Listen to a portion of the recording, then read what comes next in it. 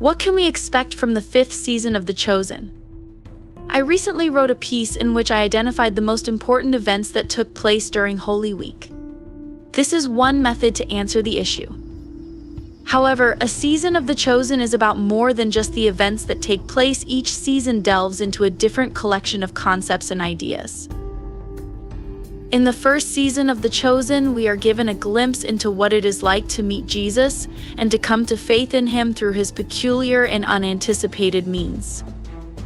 What it means to be chosen by Jesus and to follow him in relationship with other people is the topic of discussion in the 2nd season. In the 3rd season, we get a glimpse of what it is like to continue to put our faith in Jesus despite the difficulties and expenses that come with becoming a disciple. In addition, the 4th season examines what it means for followers of Jesus to rise up, not via political pragmatism, but rather by having faith in the radical teachings that he imparted and in his potential to give resurrection life. Attempting to anticipate the topics and themes that will be explored in the forthcoming season of The Chosen can be challenging. The creators of the show have been given a great deal of leeway to determine the subject of each season by selecting which biblical events to feature and which individuals to center their attention on. But because we have a much better understanding of the themes and emphases that we can anticipate from Season 5, we also have a lot better understanding of the events that will be featured in Season 5 than we do about any of the seasons that came before it. I feel that power, judgment, and unfaithfulness will all be key topics that will be examined by the upcoming season of The Chosen, despite the fact that I am unable to predict the themes and concepts that will be included in the upcoming season of The Chosen. The 5th season of The Chosen features authority. Following his triumphant entry into the temple and his subsequent purification of the building, Jesus is immediately brought into conflict with elements of the Jewish religious establishment. The issue of authority is at the heart of this conflict among the parties involved. There is a question that arises among the chief priests, Sadducees, and Pharisees regarding the authority that Jesus possesses to participate in such disruptive activity. For example, Matthew 21:14-16, 21-27, and to make threats of divine vengeance against the temple. John 2:18-20, Matthew 26:61-63. In response, Jesus calls into doubt the spiritual authority of the religious establishment and warns that the approaching judgment of God would bring an end to their reign. For example, Matthew 21:28-44, 22:1-11, Matthew 23. At the same time, he invokes his own messianic authority. For example, Matthew 22:41-46. The Sanhedrin considers Jesus' assertion that he is the divine authority of the Son of Man to be blasphemy. Matthew 26:63-66. As a result, Jesus is ultimately executed for making this assertion. Daniel 7:13-14. One of the things that brings Jesus into confrontation with Rome is his assertion of authority. However, despite the fact that he deftly escapes an attempt by the Herodians to lure him into openly rejecting Caesar. Matthew 22:15-22. Jesus' claim to messianic authority brings Caesar's own authority into question. John 19:12. In spite of the fact that Jesus is able to persuade Pilate that his spiritual authority is fundamentally separate from the authority that Caesar possesses in the world. John 18:33-38. Pilate is astute enough to see that such nuanced distinctions will not spare him from being judged as a traitor if he allows Jesus to be released.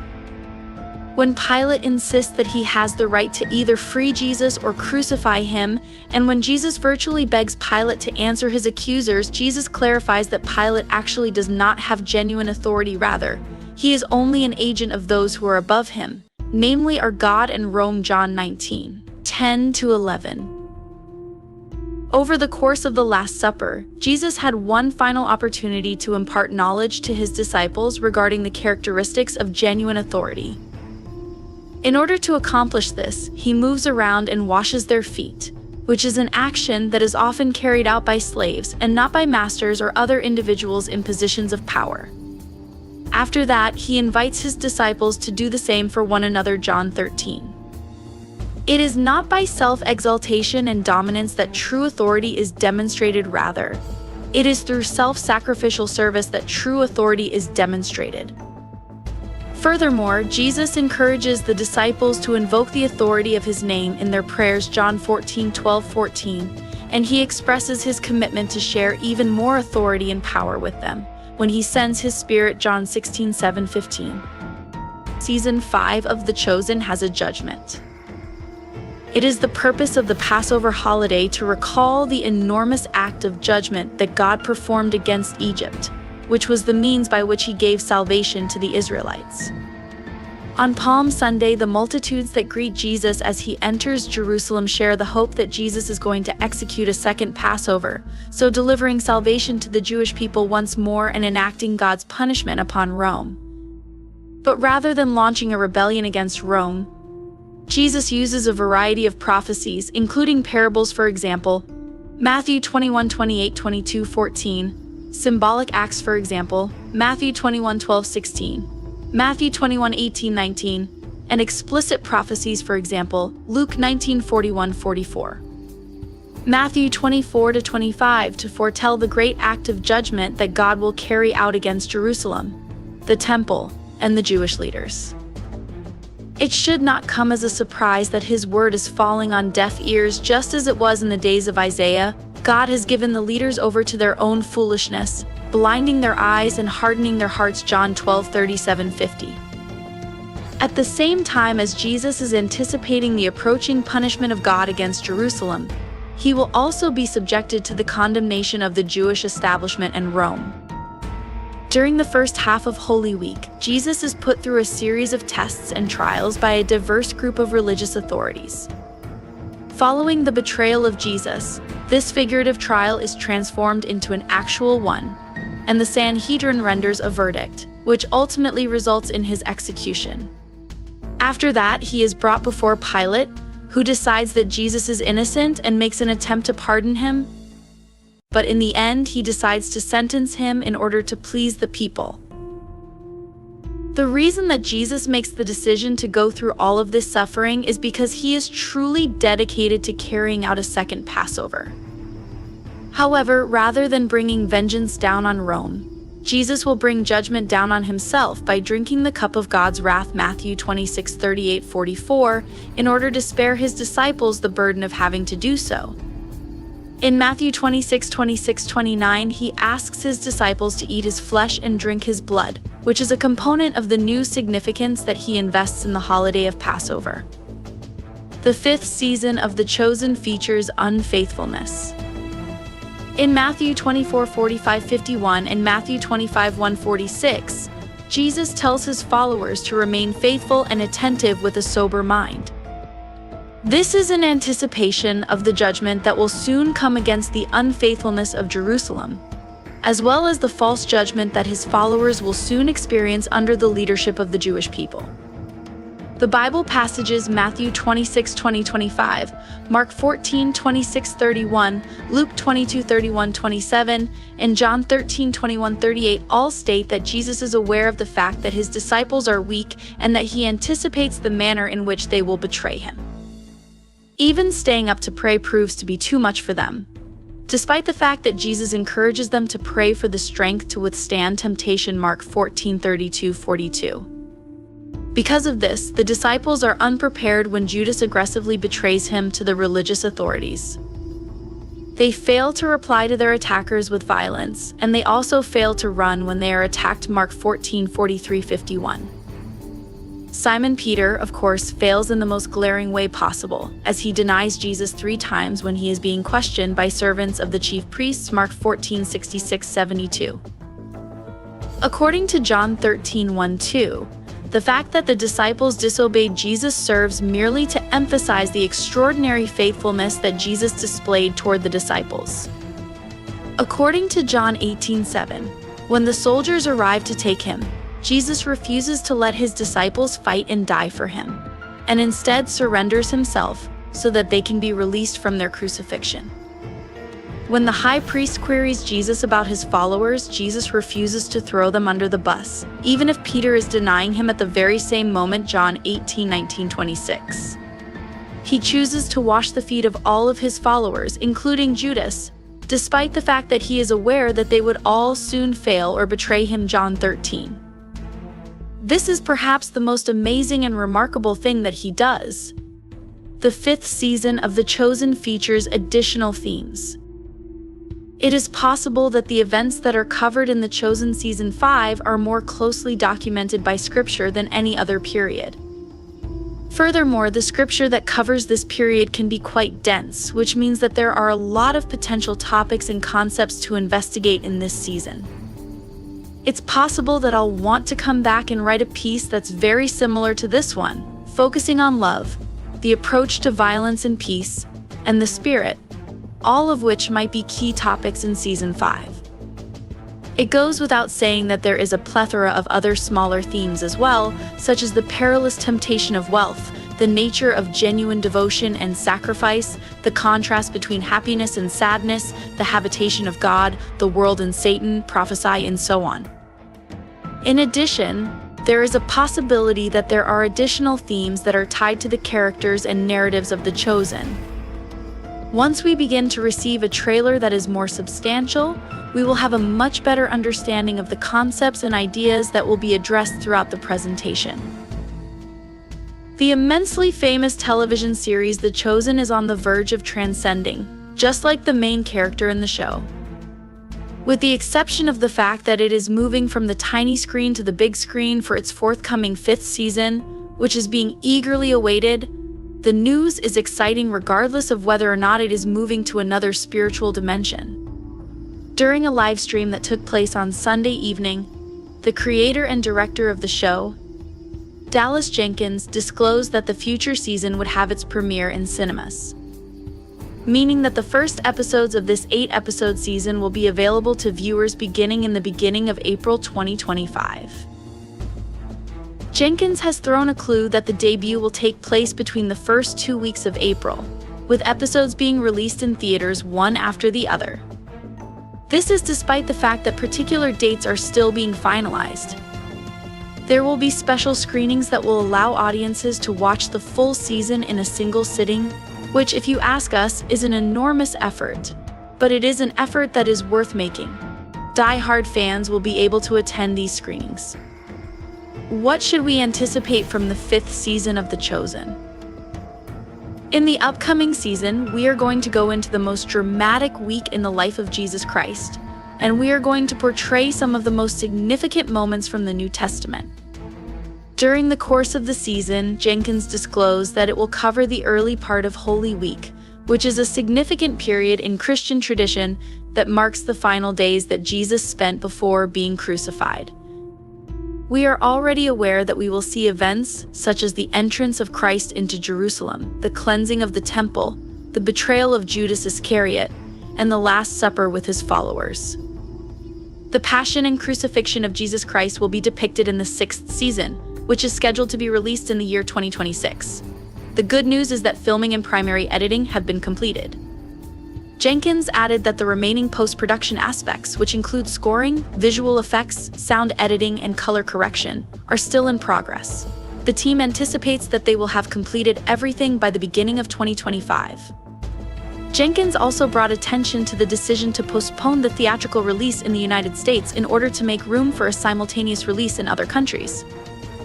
This is because episodes are going to be translated into a number of other languages in order to increase the show's reach across the globe. There is a wide variety of options available to you if you are interested in keeping up with the previous seasons of The Chosen. In spite of the fact that the series is scheduled to leave Netflix the next month, it is currently available on Hulu, Peacock, and Prime Video in the United States. Additionally, the CW is selling all 4 seasons of the series, and the official website for The Chosen is streaming all of the episodes. The arrival of Shmuel and the Pharisees occurs shortly after Jesus has completed his teaching and the crowds have begun to disperse. In an effort to find the 3 witnesses required to establish a crime in accordance with the law of Moses, Shmuel begins interrogating passengers in a feverish manner. He is told by a man that Jesus multiplied bread and fish, and that they all ate together. This information causes the Pharisees to be scandalized, as it indicates that Jesus had a meal with people who were not of the Jewish faith. In Matthew 8:11, Jesus is quoted as saying that men will come from east and west to sit and dine with him. This causes them to be even more terrified when Leander conveys this information. When Shmuel encounters Jesus, he is hunting for further witnesses but is having no success in his search. Jesus, seeing that Shmuel appears to be upset, extends an invitation to pray with him out of compassion. There is a brief period in which it appears as though Shmuel is beginning to show signs of improvement. Nevertheless, he ultimately responds by stating that he is disturbed and quoting Psalm 13, asking how long his adversary will continue to be exalted over him. It is said that Jesus is aware of what it is like to lose something, and he is currently losing time. He then travels up into the hills to pray, and he extends an invitation to Shmuel once more to accompany him. Both episode 7 and episode 8 only provide Thomas and Rama a very limited couple beats to work with.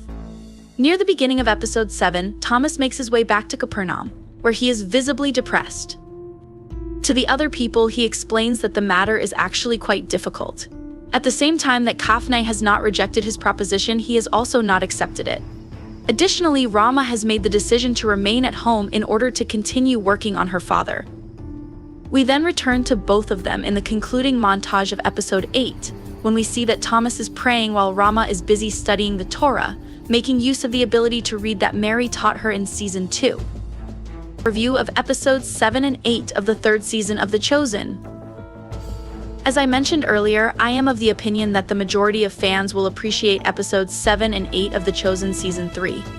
And I myself would say that I enjoyed a significant amount of it.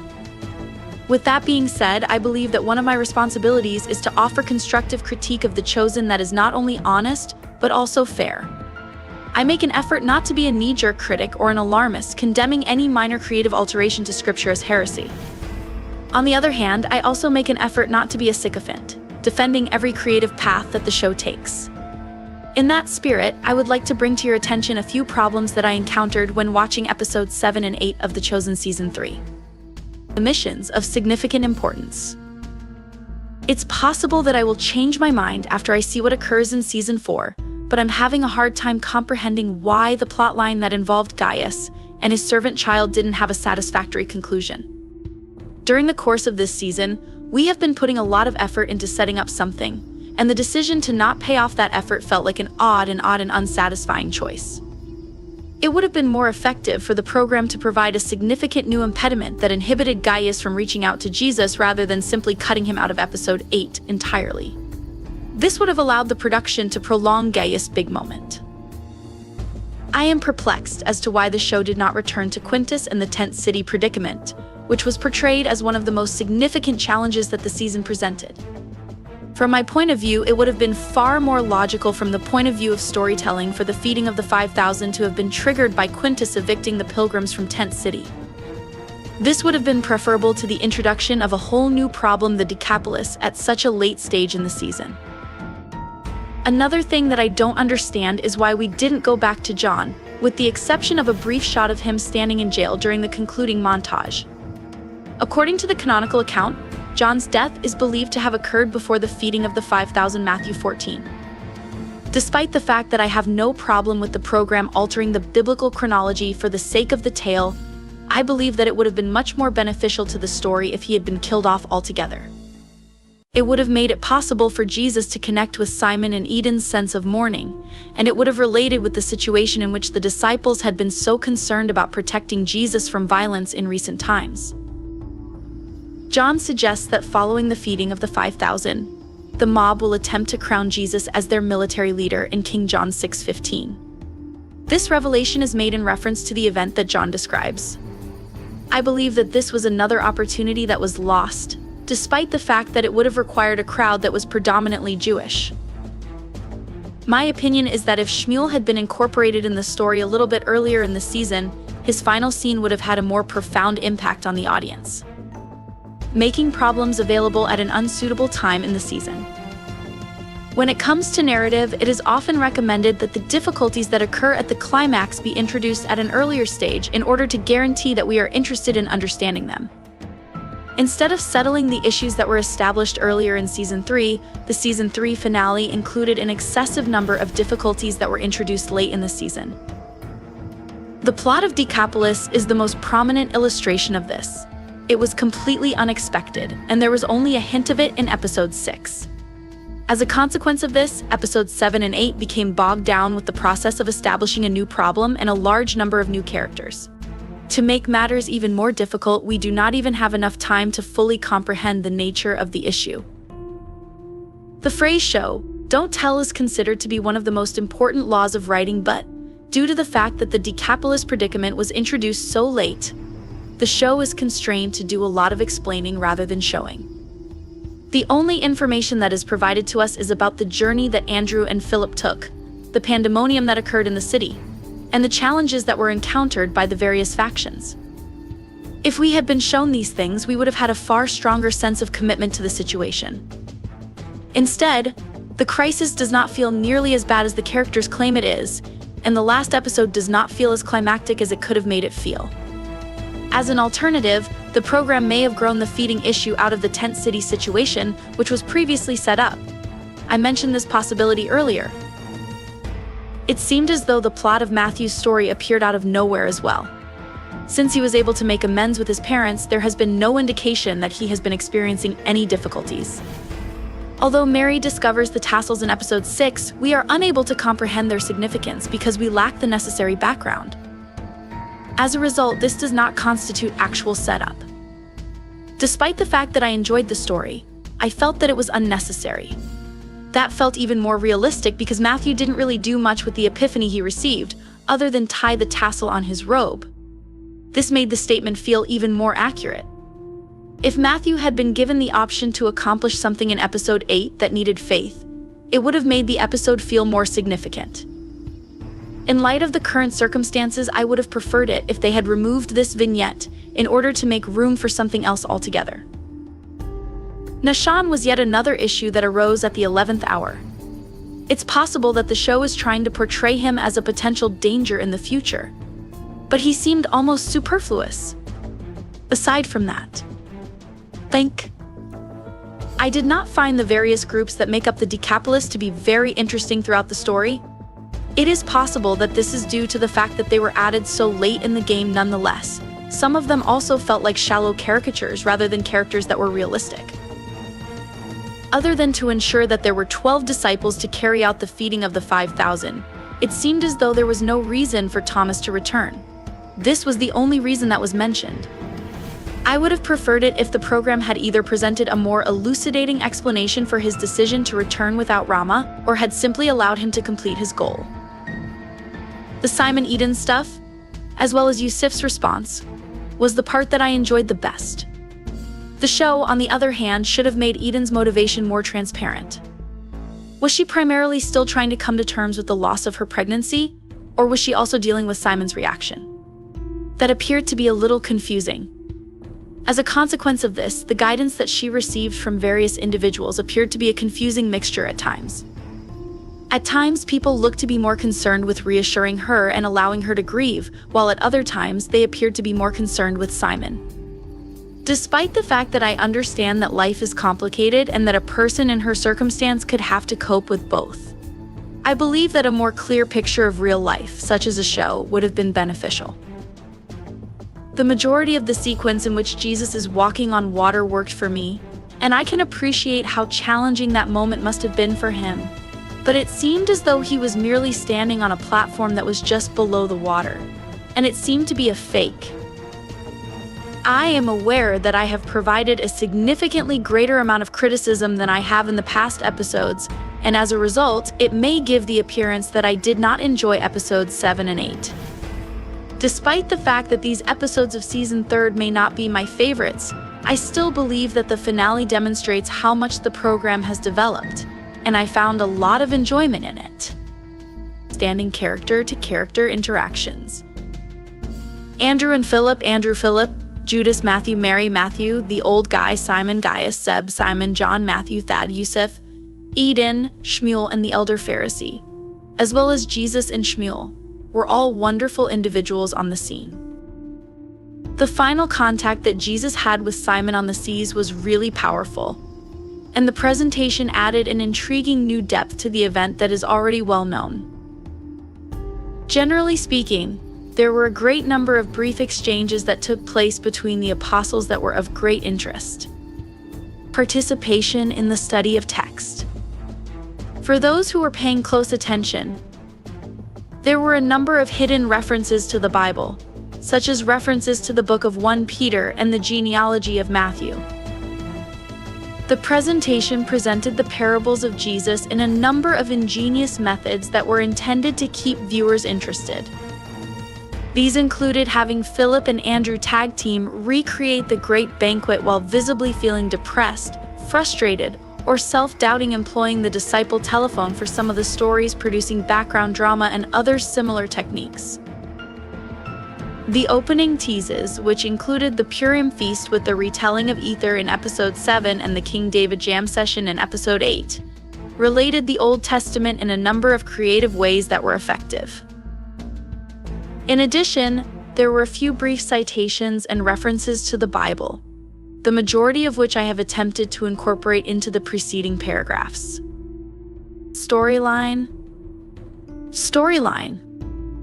The Simon and Eden plot was an example of a problem that was established gradually over the course of the season and finally paid off in the climax. Other difficulties were presented too late, but the Simon and Eden plot was an example of a difficulty that was established gradually. The fact that it was also the most emotionally powerful scene of the program is not something that has happened by chance, in my opinion. It may be argued that Mary's instruction to Matthew is also a payoff for what she learnt from Tamar in episode 6. Other remarkable items. In general, I believe that the show did a wonderful job of presenting some difficult miracles. The feeding of the 5,000 may have appeared to be a hoax, but instead it felt credible, and with the exception of the part in which Jesus was standing on a platform. The rest of the scenario in which he walked on water looked excellent. The moment that Jesus makes his first appearance on the water is monumental. The intercutting that took place between Eden and Simon in the last scene appeared to be effective. Excellent work was done with the music, particularly the performance of Psalm 77. I will demonstrate in the following part that there was a great deal going on in terms of the theme. In spite of the fact that I had some problems with the story's plot, I found the topic to be quite clear and concentrated more on that later. It's possible that I've overlooked some enjoyable parts of the experience. I am a creator myself, and I feel that it is sometimes easier for me to identify problems. This is because discovering flaws is an integral part of the creative process.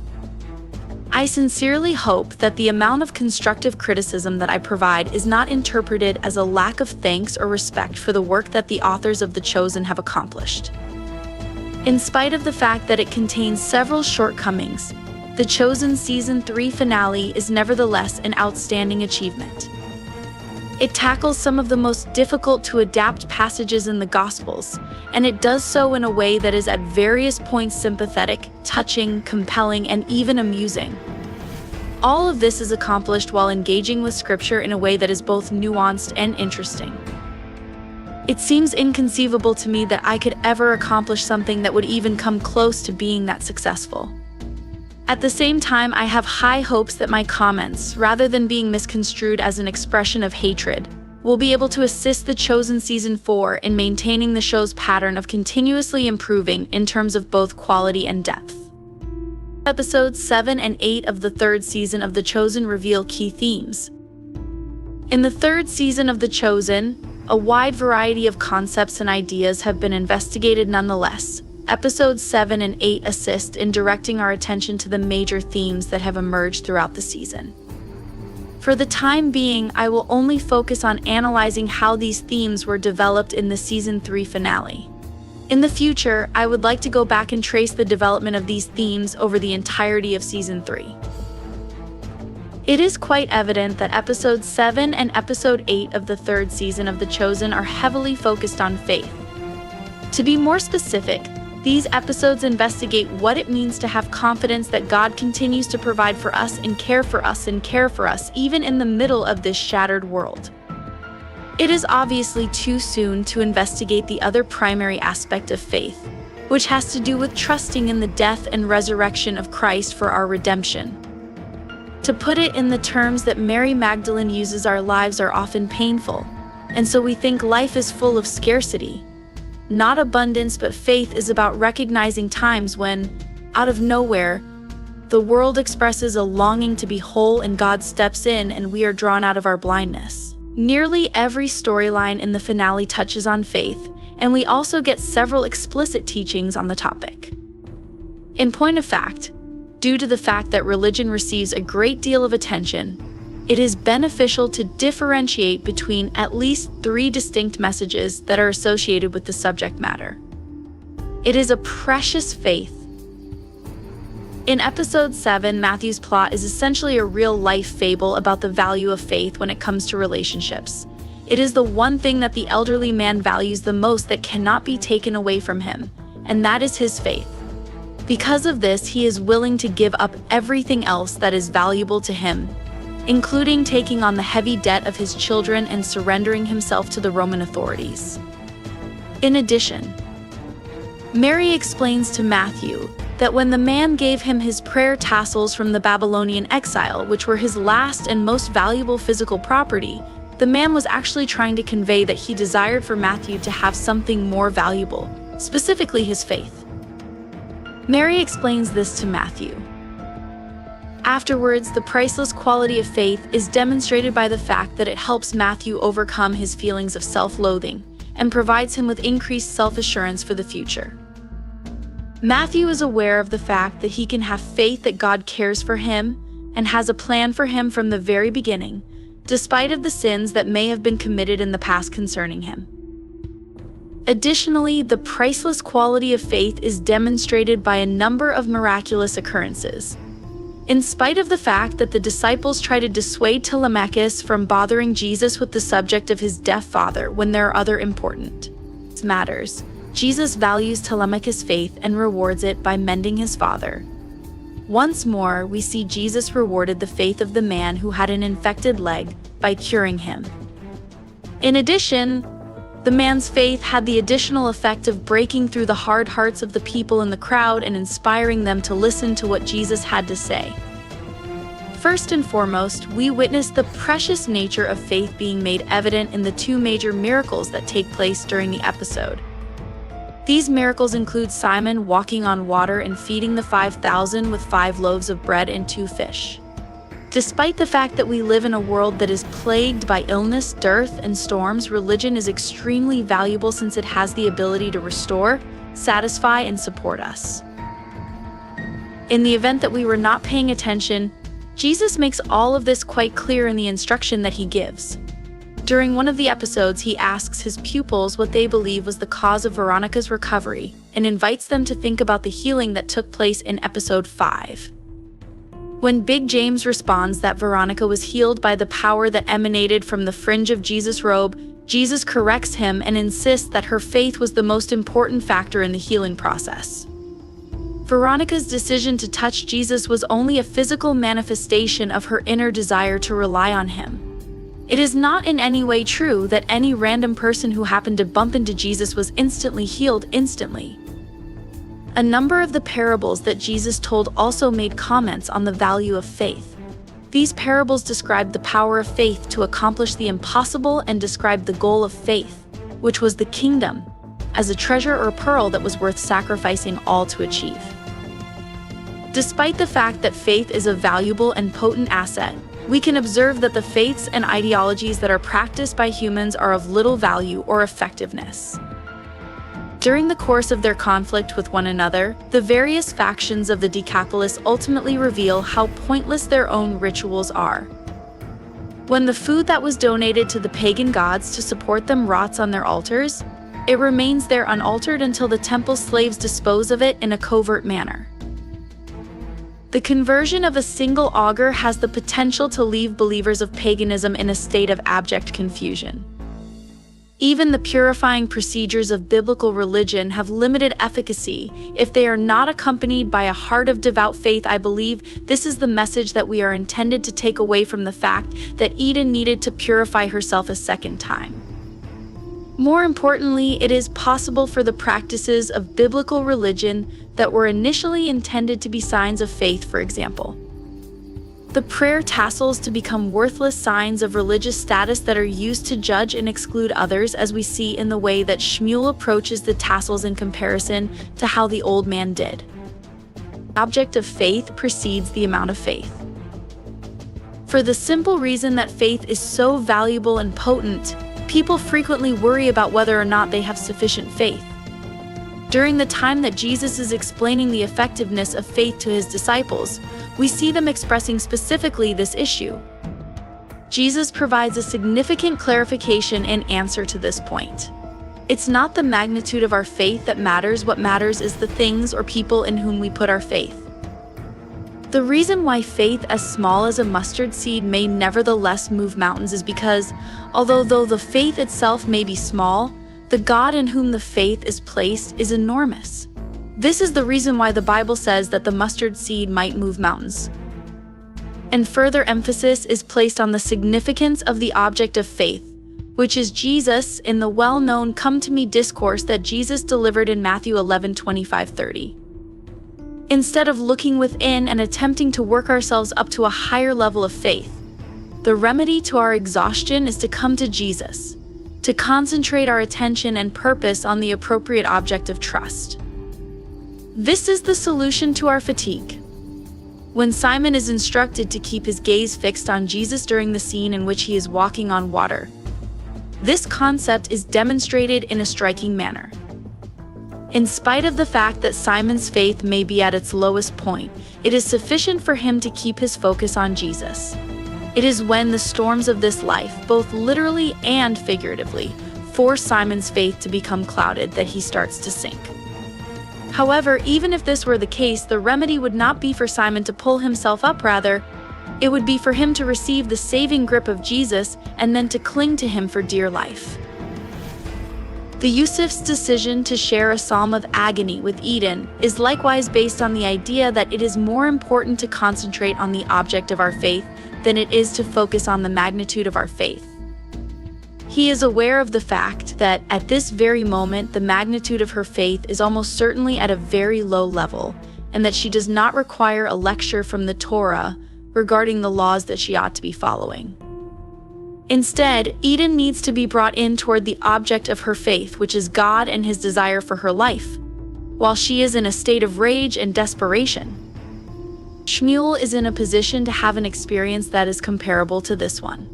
Near the end of episode 8, he is also experiencing feelings of fury and desperation as he observes the Jesus movement continuing to expand while his own efforts to halt it continue to be unsuccessful. It is at that precise moment that he has a meeting with Jesus, the one in whom he ought to have faith, but whom he is, instead, considering as an adversary. Even though Shmuel is experiencing a great deal of aggravation and fury, Jesus extends an invitation to him to go up and pray with him, which is to draw closer to him. Unfortunately, Shmuel is so intent on acquiring a correct grasp of religious practice that he is able to discern when the object of true faith is looking him in the face. In the midst of adversity, God refines our faith. Simon makes it clear on multiple occasions throughout the conclusion of the 3rd season of The Chosen that he does not have a problem with his lack of faith. There is no reason for me to have any doubts about him. From the very beginning, he has placed his faith in Jesus, and his existence has been shaped by the trust that he has placed in him. It is precisely because of this that Eden's miscarriage is so excruciating painful. It seems as though Jesus has failed to live up to the faith that Simon placed in him for her well-being. As Simon struggles to make sense of what has occurred, there are times when it appears as though his faith has been pushed to the point of breaking, but in the end, Jesus is able to bring him through. It is purposeful that Jesus' explanation, which takes place during their most significant encounter on the boat, is fashioned after a well-known paragraph from a letter that Simon Peter will go on to write. You rejoice in this, even though you have been grieved by various trials for a short period of time. If it is necessary, in order to ensure that the genuineness of your faith, which has been tested and proven to be more valuable than gold that is destroyed, even when it is tested by fire, will be discovered to result in praise, glory, and honor at the revelation of Jesus Christ. 1 Peter 1:6-7, English Standard Version. In the biblical scripture, as well as in the statement that is delivered to Jesus in the Chosen, the idea that God occasionally permits those who have faith to go through trials and suffering is that God enables them to go through these things. Through the use of an analogy, the meaning of these times can be understood.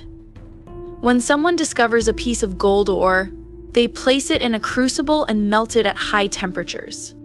This is done in order to remove anything that is not gold, such as pieces of rock and dirt, so that the gold that is left over is more pure, valuable, and useful. In a similar manner, when God discovers faith in our hearts, He frequently raises the temperature and puts us through a crucible in order to purge the impurities that are present in our souls and to make us more valuable for His service. In His explanation, Jesus reveals that He has many things planned for Simon, some of which are challenging. Simon's confidence in Jesus needs to be refined through painful experiences in order for him to be ready. These experiences have the capacity to burn away what is worthless and make him more malleable and less fragile going forward. In fact, Jesus gives us more than we are able to carry. An extra biblical adage that is common among American Christians is as follows: God never gives us more than we can carry. Episodes 7 and 8 challenge this notion by demonstrating that God does, in fact, occasionally give us more than we are able to bear in order to assist us in maturing and changing. It is via Andrew and Philip that we see this concept manifest itself in the clearest way. As we catch up with them in the opening scene of episode 7, it becomes abundantly evident that the job they were given required more than they were able to provide. Despite the fact that they are well aware of this fact, they just do not possess the required level of intelligence and comprehension to successfully diffuse a crisis as complicated as the collapse of the Decapolis. The subsequent scenes, in which they explain the situation and their response to Judas and the other disciples, only serve to drive home the point that the two of them were in over their heads. This was not due to a lack of care or responsibility, rather. It was simply due to the fact that they have not yet reached the point of maturity where they are able to deal with such a significant issue. They require Jesus to act directly because the situation is beyond what they are able to handle on their own.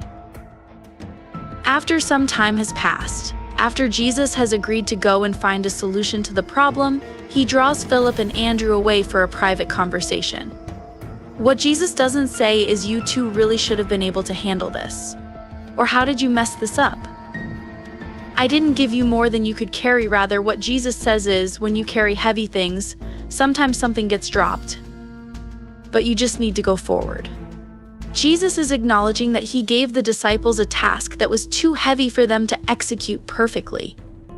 In the event that they do not carry it out exactly, he does not want them to berate themselves for it. It would indicate that the responsibility was devised with the intention of assisting Andrew and Philip in recognizing their own limitations and the necessity of Jesus' intervention in their lives. One example of an analogous situation is provided by the feeding of the 5,000. To his disciples, Jesus assigns them an impossible mission: you give them something to eat. It is evident to the disciples that they have been given a task that is more than they are able to carry. Any proposal that is presented to feed the people is instantly tossed out as being unrealistic, although Andrew searches for food with great desperation. The 5 loaves of bread and 2 fish that God gives him through Telemachus are obviously not sufficient to feed such a huge throng. It is interesting to note that little James, the disciple who is most conscious of his own limitations and weaknesses, is the one who realizes that they need to bring the issue back to Jesus and beg him to help. Because of the blessing that Jesus bestows upon them, the meager resources that they possess are ultimately sufficient to handle the burden of the work. On the other hand, the 5 loaves and 2 fish are only multiplied when the disciples realize that they are unable to provide for themselves and are compelled to seek Jesus' aid. Understanding the importance of compassion and listening. When we are treated poorly by other people, we may feel tempted to disregard them. The third season has already provided us with a number of compelling examples in which characters overcome their animosity toward one another in order to listen to one another and demonstrate compassion, and the culminating episode of the third season continues this pattern. At first, Matthew deals with Mary in a brusque manner. However, at a later time, she listens to him with compassion in an attempt to uncover the concealed scars that she inadvertently created. During the flashback, Matthew himself is willing to listen to the elderly guy, who can be a little unpleasant at times. In the end, the elderly man expressly compensates Matthew for his willingness to listen by giving him the tassels. When Simon Peter is willing to listen with compassion, he makes the discovery of the complete circumstances about Gaius' sick illegitimate child and acquires a new perspective on his stern Roman buddy. Until Jesus gives the two of them the opportunity to have a heart-to-heart conversation, John is irritated by Simon's unpredictable conduct. With this opportunity, John is able to listen to Simon and feel compassion for him. When Mary Magdalene, Zebedee, and his wife observe Simon's unpredictable conduct, they come to the realization that they need to listen to Eden with compassion. Jesus takes time listening to the issues and frustrations of each faction in the Decapolis, and he displays compassion toward them, despite the fact that the residents of the Decapolis are rather off-putting. Because Yusuf is compassionate and takes the time to listen to Eden's difficulties, she is able to be open and honest about her feelings of anger and grief when she comes to seek pastoral care. Jesus even shows compassion to Shmuel, the figure that is the most off-putting of all, by listening to his frustration and offering to pray with him in quiet. On the other hand, we also meet a number of examples of individuals who are incapable of listening appropriately or demonstrating compassion. Jesus takes time listening to the issues and frustrations of each faction in the Decapolis, and he displays compassion toward them, despite the fact that the residents of the Decapolis are rather off-putting. Because Yusuf is compassionate and takes the time to listen to Eden's difficulties, she is able to be open and honest about her feelings of anger and grief when she comes to seek pastoral care. Jesus even shows compassion to Shmuel, the figure that is the most off-putting of all, by listening to his frustration and offering to pray with him in quiet. On the other hand, we also meet a number of examples of individuals who are incapable of listening appropriately or demonstrating compassion. It is very evident that Zeb's original approach to Simon, which consisted of berating him for being disconnected without having any comprehension of his problems, is not helpful. In a similar vein, John's initial approach to Simon, which consisted of berating him for not appreciating Eden and his unique role among the disciples rather than making an effort to listen to what is genuinely upsetting him, is likewise obviously not helpful. All of the many factions that make up the Decapolis are unable of listening to one another because they are so intent on gaining points against one another that they are unable to demonstrate compassion or respect for one another. When the man who was conned or Nahshon tries to tell him about their experiences, Shmuel does not listen to them with respect or exhibit compassion. He is solely interested in obtaining the information that he wants to know. On the other hand, Nahshon appears to be so shocked by the manner in which Jesus healed a Gentile that he hastily passes judgment and is unwilling to listen to what Jesus has to say. Once more, it is evident that Shmuel is not really paying attention to the witnesses when he arrives at the location of the feeding and begins questioning everyone who witnessed it. Simply put, he is hunting for someone who can provide him with material that will enable him to bolster the narrative of rage and grievance that he has already formed in his head. How come listening is such a vital skill? During the time that Shmuel is showing disdain for Leander and the concept that Gentiles will be accepted into the kingdom, Leander argues that the Jews have injured the Gentiles, and the Gentiles have hurt the Jews, but that it is time to move past that and enable Jesus to heal all of them. In the third season of The Chosen, a lack of hearing is frequently the result of a myopic focus on one's own sorrow or grievance, and it serves only to prolong and aggravate both internal and external conflict. when, on the other hand, characters are willing to listen to one another and show compassion for one another. The experience ultimately results in mutual respect and the healing of characters' inner turmoil. Jesus is open to everyone. In general, people have a propensity to wish to keep God's blessing for themselves, their families, or their tribes to the exclusion of other people. One of the most common reasons for this is because there is a lack of listening and compassion amongst different groups, see to the point above. Nevertheless, the thing that Jesus longs for is for people of all different nations, families, and tribes to come and eat at his family table. The conflict that occurred between Jews and Gentiles in the area surrounding the Decapolis is the primary context in which this idea is created. It is very evident that every single one of the groups who are present in the region, even the Jews who live there, has a profound contempt for the other peoples and tribes.